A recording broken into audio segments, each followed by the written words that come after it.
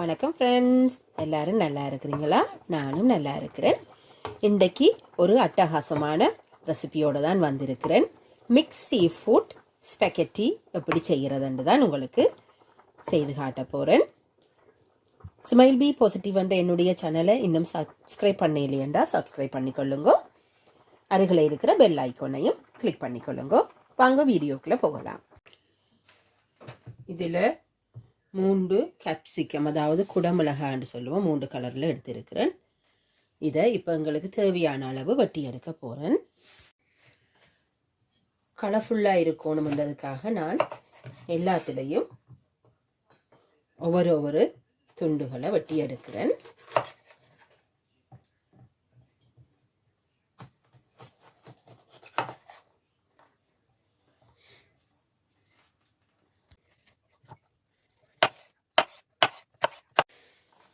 இப்போ இது எல்லாத்தையும் கொஞ்சம் மிக்ஸ் பண்ணி போட்டு விடுவோம். பார்க்க நல்ல வடிவாக இருக்குது.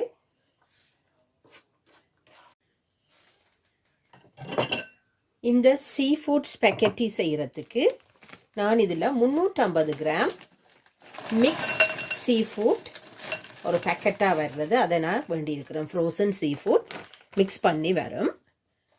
இது ஒரு பேக்கெட் எடுத்திருக்கிறேன், 350 கிராம். இதை ஒருக்கா கழுவி எடுத்துக்கொண்டு வருவோம். கழுவி எடுத்தாச்சு. இதுக்குள்ள கனவா துண்டு, இறால், மற்றது சிப்பி, அதாவது மசில்ன்னு சொல்லுவீனா, எல்லாம் போட்டிருக்கும். இதில் ஸ்பெகட்டி எடுத்திருக்கிறேன். நூடுல்ஸ் மாதிரியே இது கொஞ்சம் மொத்தமாக இருக்கும். இது அவிக்கும்போது இது ஒரு 500 கிராம் எடுத்திருக்கிறேன். இது 4 பேருக்கு அளவான முறையில் நீங்கள் செய்யக்கூடியதாக இருக்கும். முதலில் இந்த சீ ஃபுட் ஸ்பெகட்டி செய்கிறதுக்கு ஏற்ற அந்த கிரேவியை நாங்கள் முதல் தயாரித்து கொள்ளுவோம். அதாவது அந்த கறி வைக்கிறதுக்குரிய சோஸை நான் தயாரிக்க போகிறேன். இதுக்கு ஒரு 4 துண்டு இஞ்சி, 7 to 8 பல்லு உள்ளி, அதாவது பூண்டு, ஒரு தக்காளி பழம், மற்றது ஒரு 1/2 டீஸ்பூன் மிளகு, தோடையும் சேர்த்து இதில் ஒரு 15 கஜு எடுத்து நல்லா உடைத்து நான் இதில் போட்டு வச்சிருக்கிறேன். போட்டு ஊற விட்டு நான் அதை அப்படியே அந்த தண்ணியோடு சேர்த்து நான் இதுக்குள்ளே சேர்த்து கொள்ளுறேன். ஏன்னு சொன்னால் அந்த கிரேவி நல்ல சோஸ் நல்ல திக்காக வர்றதுக்கு இந்த கஜு ஹெல்ப் பண்ணும். அதோட 1/4 டீஸ்பூன் மஞ்சள்,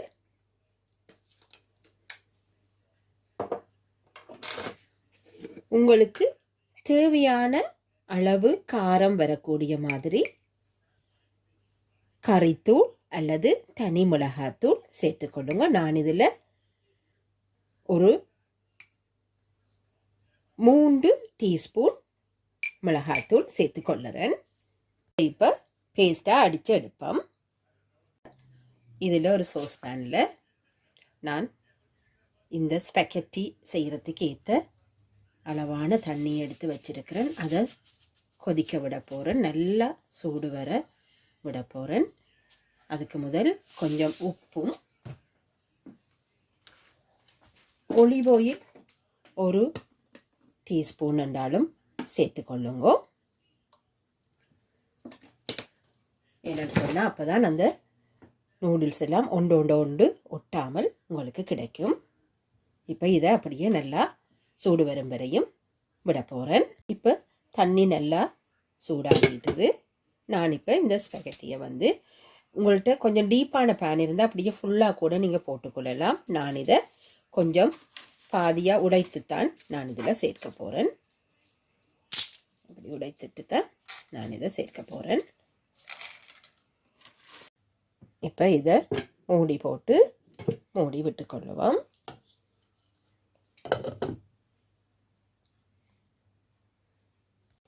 இந்த சீ ஃபுட் மிக்ஸில் நான் கொஞ்சம் உப்பு போட்டு கணக்க போட தேவையில்லை, கொஞ்சம் உப்பு போட்டு கொஞ்சம் மிளகாய் தூளும் ஒரு கொஞ்சம் சேர்த்து இதை கொஞ்சம் மேரினேட் பண்ணுற மாதிரி ஒரு கொஞ்சம் நேரம் வைக்க போகிறேன். இந்த அகன்ற பாத்திரத்தில் ஒரு 2 டேபிள் ஸ்பூன் எண்ணெய் சேர்த்துக்கொள்கிறேன், அதாவது ஒலிவ் ஆயில் சேர்த்துக்கொள்கிறேன். இப்போ இதில் ஒரு வெங்காயம் நீளவாக்கில் வெட்டி எடுத்தது சேர்த்துக்கொள்கிறேன். அதை கொஞ்சம் வதக்கி கொள்ளுவோம். வெங்காயம் கொஞ்சம் கிளாஸ் மாதிரி வர தொடங்கிட்டுது. இப்போ இதில் லீக்ஸை சேர்த்துக்கொள்கிறேன். இந்த லீக்ஸோட மிக்ஸ் பெப்பர்ஸ்ன்னு சொல்லுவோம், அதாவது இந்த குடமிளகாய் வேறு வேறு கலரில் வரும், அதையும் சேர்த்துக்கொண்டால் டிஃப்ரெண்டான கலர்ஃபுல்லான ஒரு நூடுல்ஸாக இருக்கும். அதே நேரம் குழந்தைகளும் கொஞ்சம் விரும்பி சாப்பிடுவார்கள்.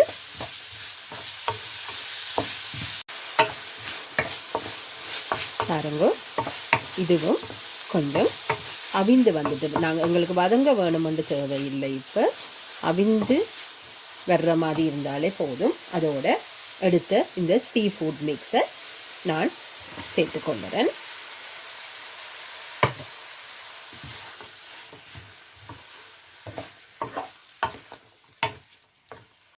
இந்த சீ ஃபுட் எல்லாமே அரைவாசி அவிந்து வந்துட்டுது. இதுக்கு நான் இப்போ டார்க் சோயா சாஸ் ஒரு 2 டீஸ்பூன் சேர்த்துக்கொள்கிறேன்.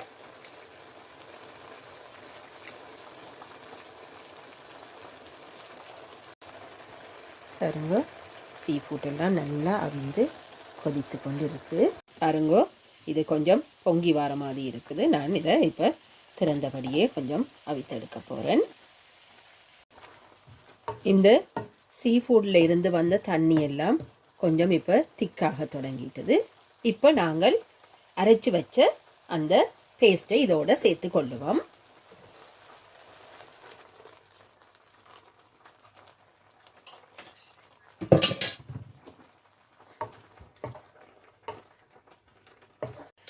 இந்த அரைத்த ஜாரில் இருக்கிற இந்த பேஸ்ட், இந்த மிச்ச பகுதியை நான் என்ன செய்ய போகிறேன்னு சொன்னால், இதில் பாருங்கோ,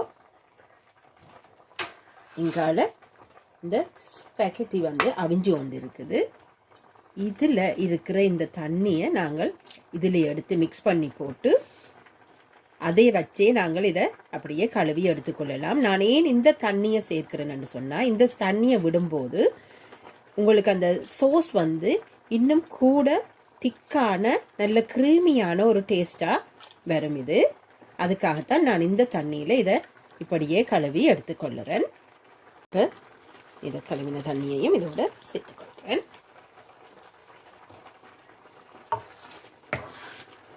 இதை மீடியம் ஹீட்டில் விட்டு நீங்கள் இதை ஹீட் பண்ணி கொண்டு இருங்கோ. பாருங்கோ, சோஸ் மாதிரியான ஒரு திக்னஸுக்கு இது வர தொடங்குது. இந்த நேரம் உங்களுக்கு தேவையான அளவு உப்பு மற்றது உரைப்பு மிளகாத்தூள் போடுறண்டா சேர்த்துக்கொள்ளலாம். ரெண்டையும் ஒருக்கா நீங்கள் டேஸ்ட் பண்ணி பார்த்துக்கொள்ளுங்கோ. பாருங்கோ, நல்ல ஒரு கலரில் க்ரீமியான இந்த சோஸ் ரெடி ஆகிட்டு, நாங்கள் இஞ்சி உள்ளி எல்லாம் போட்டபடியாக அந்த வாசனை உண்மையாகவே நல்ல தூக்கலாக இருக்குது.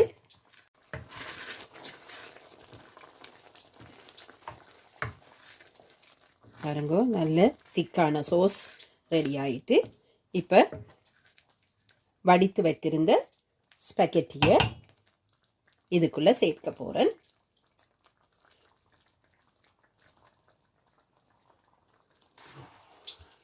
பாருங்க, உங்களுக்கு நல்ல வடிவாக நாங்கள் திக்கான முறையில் இந்த சோஸை செய்தபடியாக வடிவாக கறி ஒவ்வொரு நூடுல்ஸ்லேயும் உங்களுக்கு அது அப்படியே சேர்ந்து கொள்ளுது.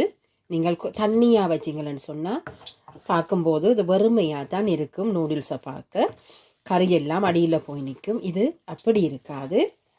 பாருங்கோ, அடுப்பை நல்லா லோ ஹீட்டில் வச்சுக்கொண்டு இப்படியே கிளறி கொண்டிருங்க. ஏனெண்டா அந்த அந்த நூடுல்ஸில் ஒட்டின பிறகும் அது அப்படியே இறுகி கொள்ளும். நீங்கள் அப்படியே லோ ஹீட்லேயே வச்சு கிளறி விட்டுக்கொள்ளுங்க. நல்ல க்ரீமி டெக்ஸ்சரில் இது வந்திருக்குது.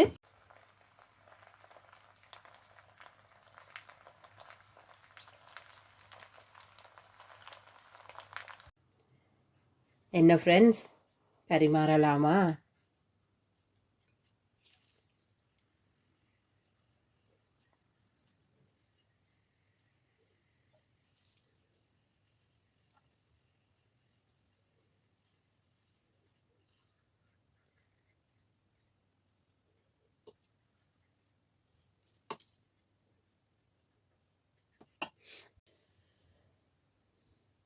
மீண்டும் இன்னொரு வீடியோவில் உங்களை சந்திக்கிற வரைக்கும் தேங்க்யூ,